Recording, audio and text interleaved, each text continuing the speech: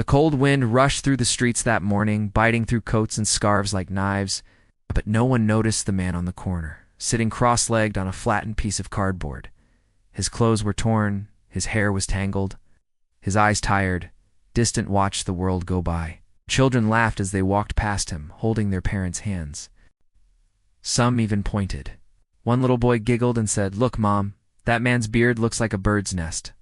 The mother hushed him, but she didn't look back. No one did. Every day, the man was their same corner, same silence.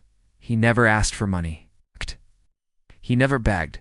He just sat quietly, holding an old backpack close to his chest like it was made of gold. No one knew his name. They called him the Shadow, the Ghost, that homeless guy. Some said he talked to himself. Others said he once yelled at a car that splashed him with water.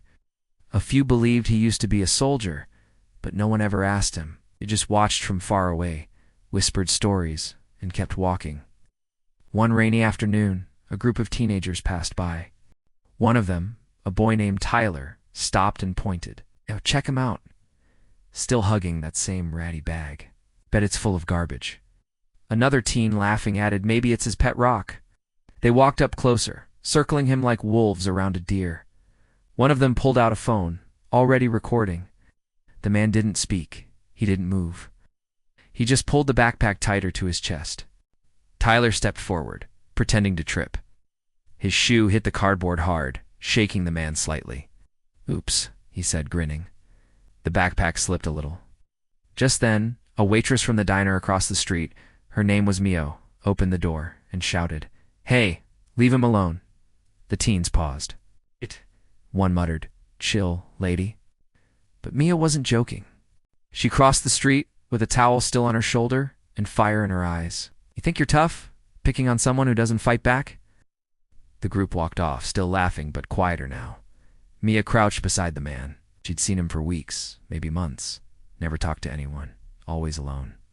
But something about him today looked different. The way he held that bag. The way he didn't flinch even when they mocked him. "You okay?" She asked gently. He didn't speak. She noticed a tear in the side of the backpack, just enough to see something shiny inside. Not coins, not junk. It looked official. She didn't ask. "Hang tight," she said. "I'll get you some soup." As she walked back to the diner, she glanced over her shoulder. The man hadn't moved. For the first time, he looked at her. Just a second. Just one look. There was pain in those eyes. Deep, old pain, but also something else. Something stronger. Rain fell harder that night, turning streets into rivers and washing away footprints as fast as they were made.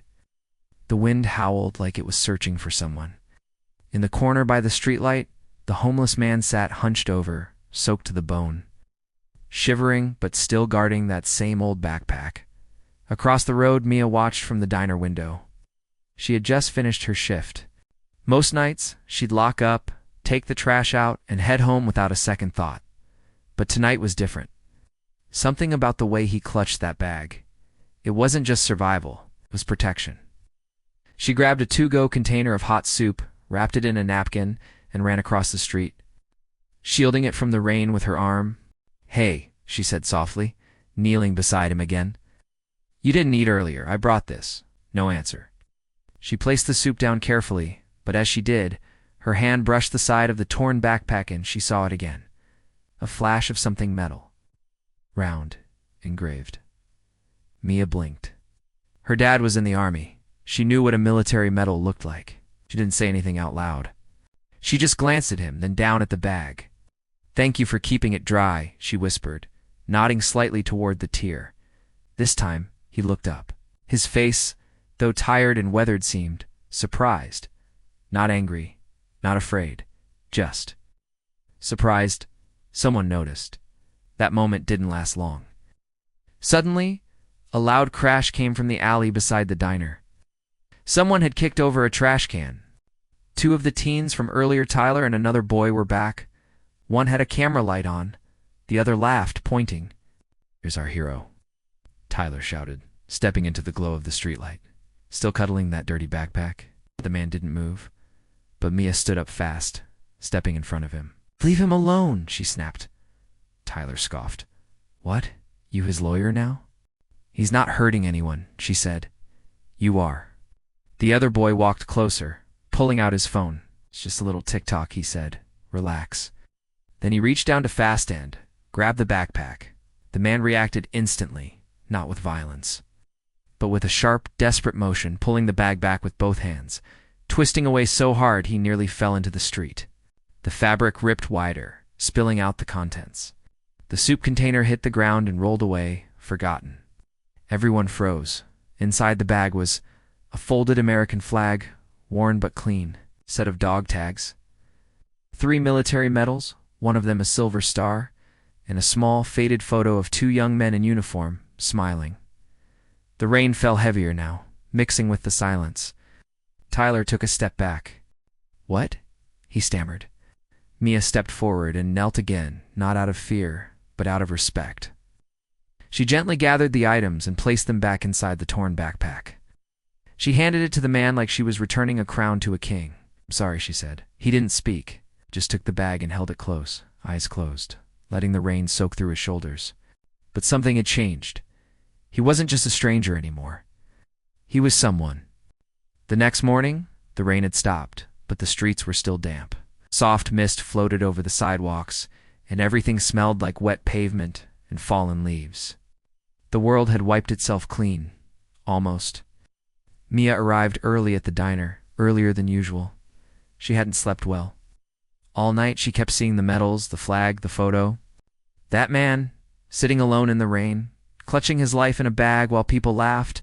She walked straight to the back of the kitchen and made something simple: eggs, toast, and coffee. She placed it into a cardboard tray and stepped out the door. Across the street, he was still there. Same corner, same quiet, same man. Only now. He looked up when he saw her. She crossed without speaking, then sat beside him, placing the tray on the sidewalk. "No soup this time," she said. "Got you something warm?" He didn't answer, but after a few seconds, he took the tray, hands trembling slightly. Mia watched him pick up the toast, first slowly, like he was remembering how they sat there in silence. Just the sounds of passing cars and faraway birds. Then, for the first time, he spoke. His voice was rough, dry, but steady. "You shouldn't have done that." "Done what?" she asked. "Get in the way. They could have hurt you." Mia shrugged. "They didn't." He looked down at his food. "It's not your job." "No," she replied. "It's just the right thing." That made him pause. She pointed to the bag resting near his feet. "Those medals. I saw one like that at my dad's funeral. He was a sergeant, served overseas." The man's eyes shifted. For a second, they filled with something unspoken. "I was a medic," he said quietly. "Special forces. Retired early." "What happened?" He shook his head. "Wrong missions. Wrong memories. Came home, but not really." Mia nodded. She didn't ask more. Sometimes silence says more than questions. But she noticed something. People walking by were starting to look now. Not with laughter or disgust, but with curiosity. Some slowed down. One man stopped for a moment before walking off again. Then came a moment neither Mia nor the homeless man expected. The boy, maybe 10 years old, stepped away from his mom, walked up to the corner and stood at attention. He raised his hand in a proper military salute. The man looked up slowly. The boy said, "Thank you, sir," then turned and walked away. Mia didn't say anything. Neither did the man. But when the boy was gone, the man whispered, almost to himself, "He called me sir." Mia smiled. "Because that's what you are." He looked at her again. And this time, something in his face changed. Not joy, not relief, but a soft crack in the wall he had built for years. She stood up, brushing off her jeans. "We serve breakfast all day. You ever feel like coming inside? Just say the word." He nodded once. Not yes, not no, just. Heard Mia walk back to the diner, leaving the tray and the man on the corner. As she opened the door, she glanced back and saw him unwrap the second piece of toast and place it gently inside his bag, right beside the flag. By noon, the town had started whispering. Didn't take long. In small places like this, news travels faster than truth. First, it was the teenagers who told their version. Some crazy old vet freaked out when we tried to talk to him. Then, it was the diner regulars. "Mia's feeding that homeless guy again." And finally, it was the shopkeepers on Main Street. Did you hear? He's got war medals in his bag. People noticed the man more now, but not in a good way. Some stared longer. Others crossed the street. At the gas station, two men stood talking by the coffee machine. You ask me, one said, if he really was a soldier, why is he sleeping on the ground? Probably faked it, the other replied. Some folks wear medals they didn't earn. That same afternoon, a local reporter from the town's tiny news site showed up outside the diner. He didn't even go inside, just stood near the corner, watching the man with his phone in hand. Mia spotted him from the window and stepped outside. Can I help you? She asked, arms crossed. I'm just documenting, he said. People are interested. He's a public figure now. He's a human being, she snapped. Not a headline. The man shrugged. People want to know who he is. Mia took a deep breath. If they wanted to know who he was, they would have asked him years ago. She turned and went back inside, but the damage had already begun. That evening, the man was gone from his usual corner. Not a trace. Not even the flattened cardboard he sat on. Mia waited until close. Then she walked the block twice, scanning the alleys and side streets. Nothing. The next morning, still no sign. On the second day, someone chalked a message on the sidewalk where he used to sit. Stolen valor? Mia froze when she saw it. Her stomach twisted. She wanted to scream, to cry, to explain. But to who? The people walking by. The ones who had never stopped to look before. She grabbed a bucket and a brush from the diner-esque cleaning closet and scrubbed the words away until her fingers went raw.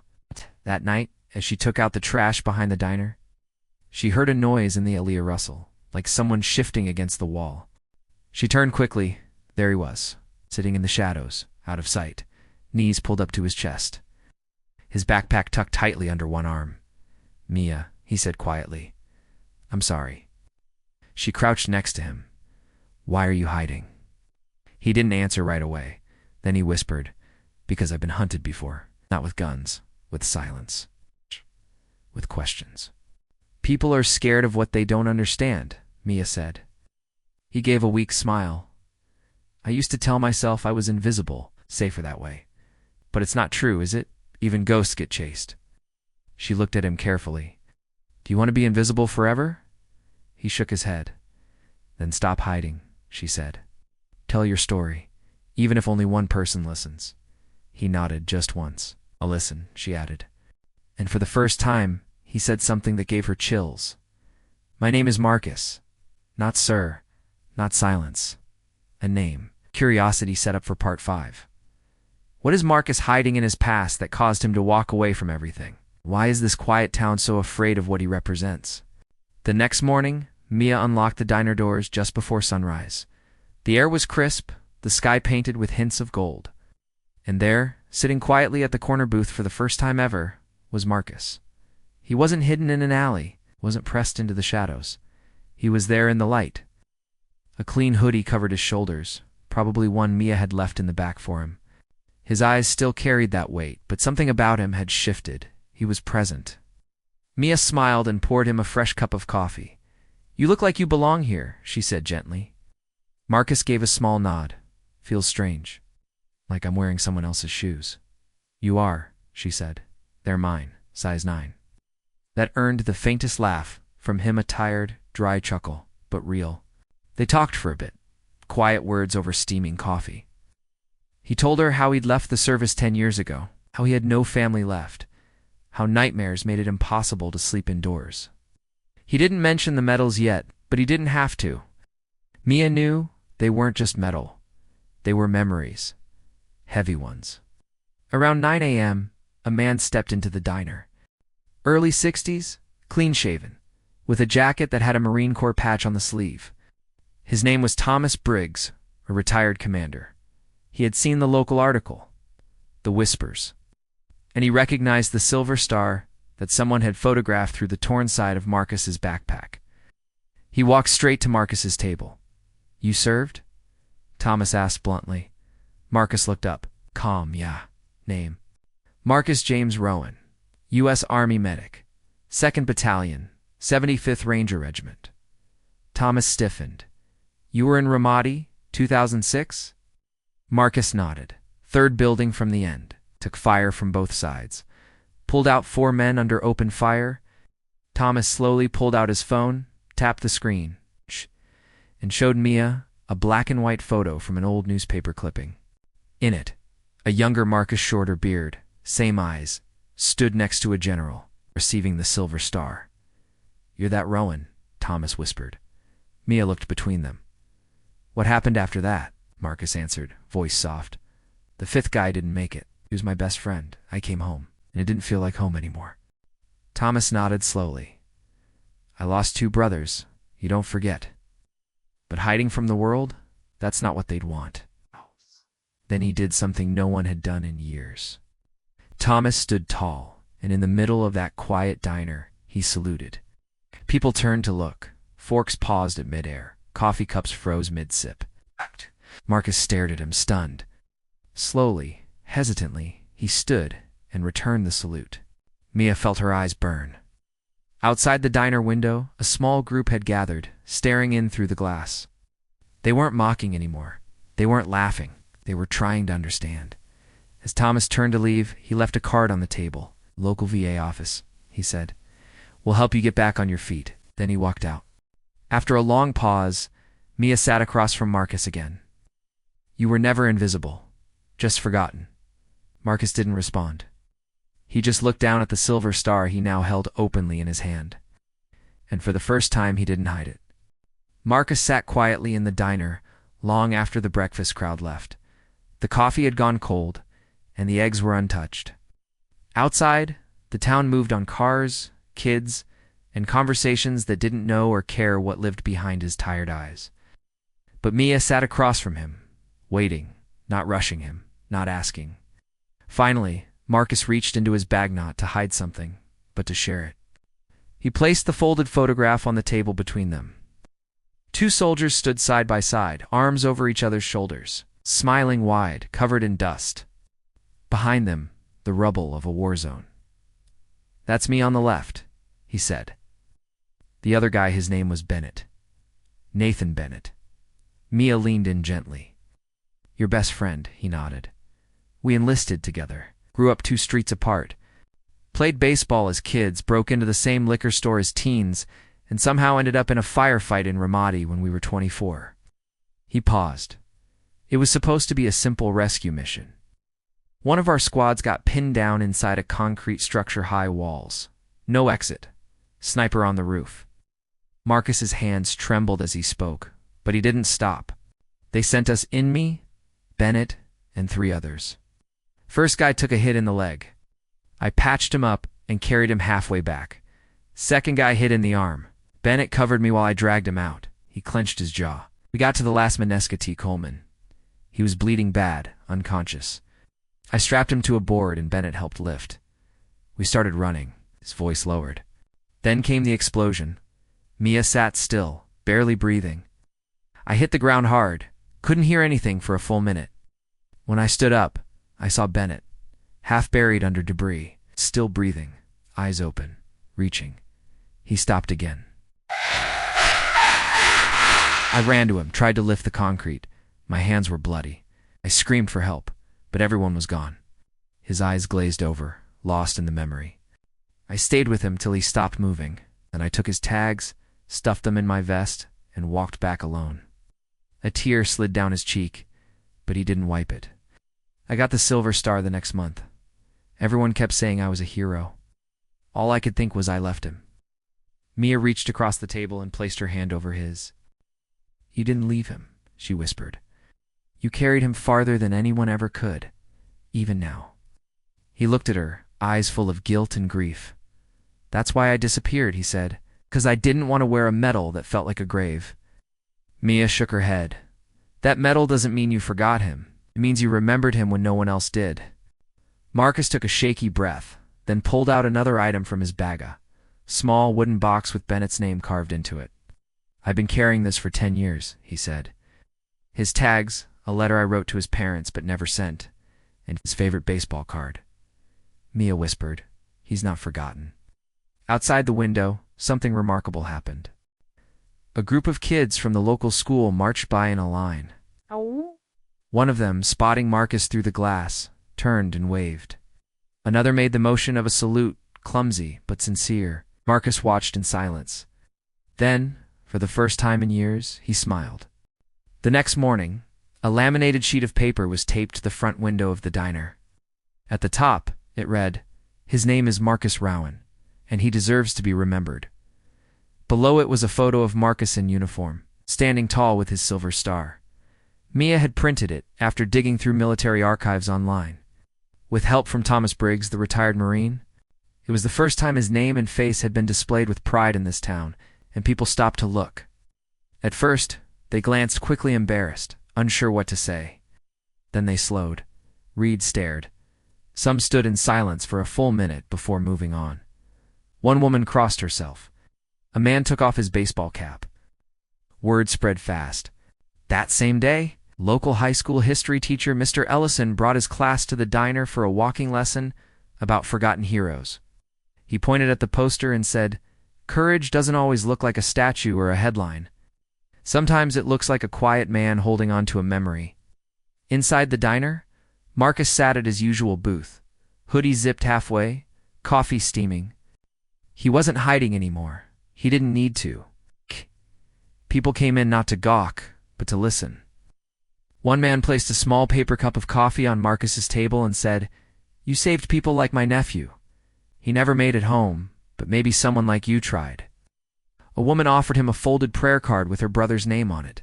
"Just keep it, if you want," she said. A teenage boy walked up, eyes wide. "Were you really a medic in Ramadi?" Marcus nodded. The boy saluted this time, crisp and proper. Mia watched it all from behind the counter. Every moment felt like another piece of a broken puzzle fitting into place. But not everyone accepted the change. Outside, a man named Harvey, who had been calling Marcus a fraud days earlier, stood with arms crossed, scowling. "Just because he's got a medal doesn't mean we owe him anything," he muttered to another man. Thomas Briggs happened to be walking by and overheard him. Without raising his voice, Thomas said, "You ever serve?" Harvey didn't answer. Thomas added, "Then maybe you don't get to judge someone who did."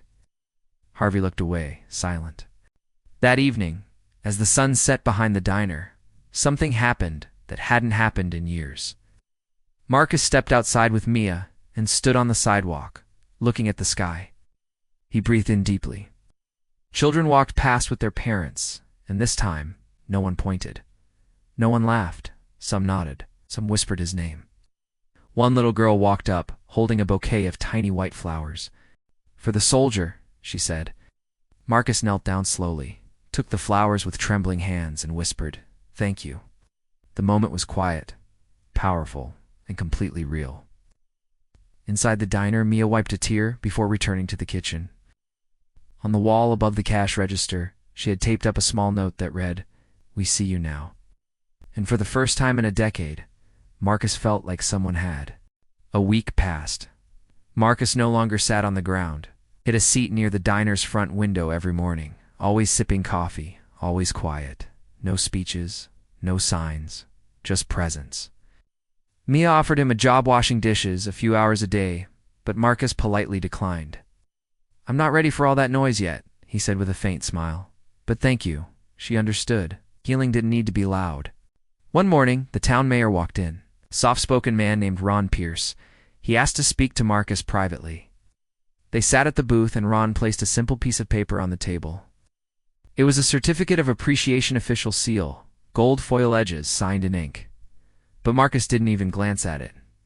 "I appreciate the thought," he said, "but I didn't do anything special." "You did," the mayor replied. "Not just for them, for us." Marcus shook his head. "I don't want a ceremony. I don't want a name on a wall. I just want peace." Ron nodded slowly. "Then we'll honor you in the way you deserve." Quietly. That same afternoon, Marcus took a walk, his first real walk through town in years. No backpack, no hoodie, just him. He passed the gas station, where people once talked behind his back. The clerk came out and offered him a soda. On the house, he said. He passed the school. A group of students stopped their game of basketball and waved. One shouted, "Thanks, Mr. Marcus." That name, Mr. Marcus, hit differently. At the park, He stopped at the memorial bench. It was dedicated to fallen soldiers from their town. Mia had told him about it weeks ago. Until now, he had never visited. He reached into his coat and pulled out the small wooden box. Inside, Nathan Bennett's dog tags, a letter, a baseball card. Marcus placed the box carefully under the bench. Then he knelt and whispered, "You're not forgotten anymore." He stayed there for a long time. He didn't cry. He didn't speak again. He just sat quietly while the breeze moved through the trees and the sun cast soft gold across the stone plaque beside him. Later that evening, Mia found him at his booth. "You okay?" she asked. "I am," he said, for the first time in a long time. He reached into his pocket and handed her a folded piece of paper. "What's this?" she asked. "A letter," Marcus said, "for his parents. I finally finished it." Mia held it like a treasure. "I'll make sure they get it." Then, without warning or fanfare, Marcus stood up and stepped outside. A boy on a bicycle rode by and nodded. An old man sitting on a bench tipped his hat. And across the street, a teenager who had once mocked him raised a hand nod in laughter, but in quiet respect. There was no parade, no cameras, no headline. Just a town that finally saw the man who had been there all along. 2 months passed. Summer faded gently into autumn, and the town began to shift with the season leaves, curling gold.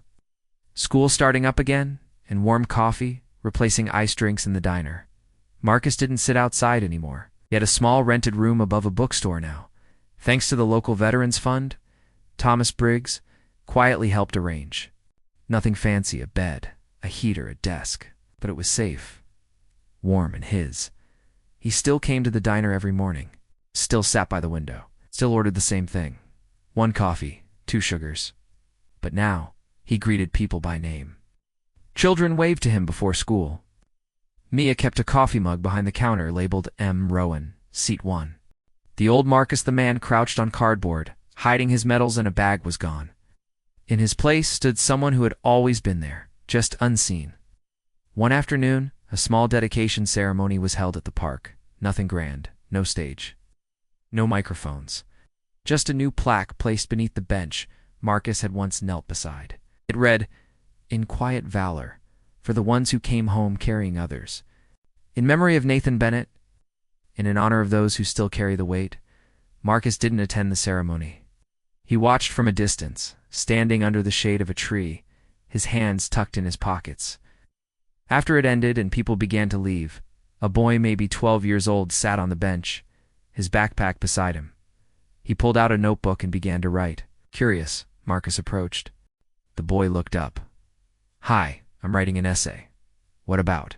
Marcus asked. The boy pointed to the plaque. "Him and you." Marcus was taken aback. "Me.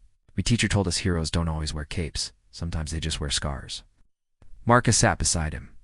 "Sometimes heroes are the ones who remember. That's what matters." The boy nodded. "I remember now." That evening, back in his room, Marcus took out a final envelope.